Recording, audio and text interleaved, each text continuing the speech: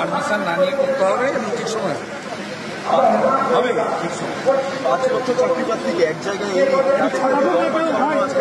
চাকরি প্রার্থীরা 50 লক্ষ এনরোলমেন্ট করবে, ওটা চালু করছে, ওটা ওরাই করবে। ওটা সংগঠন হচ্ছে 2 অ্যাডভোকেট এটা অর্গানাইজ করছে। অ্যাডভোকেট কৌস্তব বাগচি, অ্যাডভোকেট বিক্রম ব্যানার্জি, এরা অর্গানাইজ করছে। ন্যাশনাল ফ্ল্যাগ নিয়ে তারা লং মার্চ করবে নেক্সট ইয়ার শুরুতে। সব চলছে, কাজ চলছে। আগামী 15 মাস মমতা বন্দ্যোপাধ্যায় খুব একটা স্বস্তিতে থাকতে পারবেন, আর ভোটে হারিয়ে সব সমস্যার সমাধান। তৃণমূলের বিধায়ক বলছেন আরো বড় করে উৎসব করবো এবারে আমরা। ওরা উৎসব করবে তো, ওরা হিন্দু নয় তো। আমরা পুজো করবো, ওরা উৎসব করবে। বসিরহাটের সংসদ হাজি নুরুল প্রয়াত, যে কোনো মৃত্যু দুঃখজনক, আলাদা কিছু বক্তব্য নেই। ইলেকশন পিটিশন যে কোনো মৃত্যু দুঃখজনক, এর বাইরে কোনো বক্তব্য দিতে পারবে না, সম্ভব না। আর বসিরহাটে উপনির্বাচন হচ্ছে, রেখাপাত্র কেস আছে পেন্ডিং, ভোট ওখানে হচ্ছে।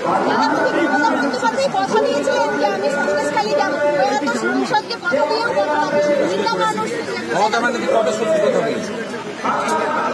মমতা ব্যানার্জি কবে সত্যি কথা বলেছে? কোনোদিন সত্যি কথা বলেন আপনার সঙ্গে? টালা থানায় বসে ভুয়ো রেকর্ড নথিবদ্ধ করা হয়েছে। সিবিআই জানিয়েছে, সিবিআই আজকে আদালতে জানালো টালা থানায় বসে ভুয়ো রেকর্ড তৈরি করা হয়েছে। আপনাকে বলি, তথ্য প্রমাণ লোপাঠ্য প্রমাণিত। আমি সুপ্রিম কোর্ট চলছে মন্তব্য করব না। সুপ্রিম কোর্টে চিফ জাস্টিসের বেঞ্চ বলছে আমরা স্তম্ভিত, আমরা ডিস্টার্ব রিপোর্ট দেখার পরে। আমরা সবাই ওয়েট করছি রিপোর্টটা সামনে আসুক। আসবে তো আজ নয় কাল, বিএনএসএ আছে, সব রিপোর্টই পাবলিকলি করতে হবে। অতএব সেটা তো হবেই। আর অভিজিৎ মন্ডল অ্যারেস্টের সাথে সাথে মমতা ব্যানার্জির পুলিশ তথ্য প্রমাণ লোপাট করেছে, এটা এস্টাবলিশ হয়ে গেছে। আমি প্রথম দিন থেকে আমার এক্সাম্পল খুলুন, হল বদলেছে, বেসিন বদলেছে, ড্রেস বদলেছে, ভিসেরা বদলেছে, ব্লাড বদলেছে, সব বদলেছে, সব বদলেছে। এ পাপ যাবে না, এ পাপে ধ্বংস হবে, কিচ্ছু করতে পারবে না। এ পাপ যা করেছে বোনের সঙ্গে, এ ধ্বংস হয়ে যাবে। বিধানসভায় বিনীত গোয়েল গেলেন। বিধানসভায় বিনীত গোয়েল গেছিলেন গতকাল নির্মল ঘোষকে সিবিআই জিজ্ঞাসাবাদ করেছে।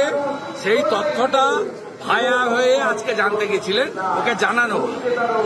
নির্মল ঘোষ যে যার ঘরে ঢুকেছিলেন তাকে জানিয়েছেন, আর উনি আজকে ওনাকে ব্রিফ করে দিলেন, ফোনে আর রিস্ক নিচ্ছে না। স্পিকার কি মিডিয়েটর? স্পিকার কি মিডিয়েটরের রোল প্লে করছে?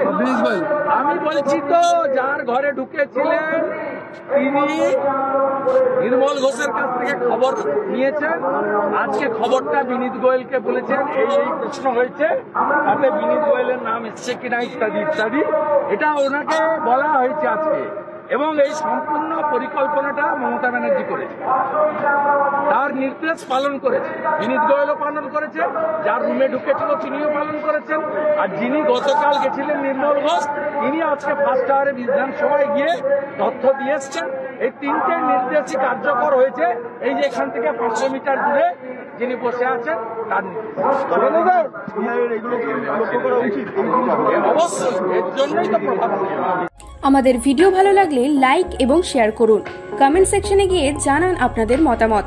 আরও ভিডিও পেতে আমাদের চ্যানেল সাবস্ক্রাইব করুন এবং প্রতি মুহূর্তে খবরের আপডেট পেতে প্রেস করুন বেল আইকন।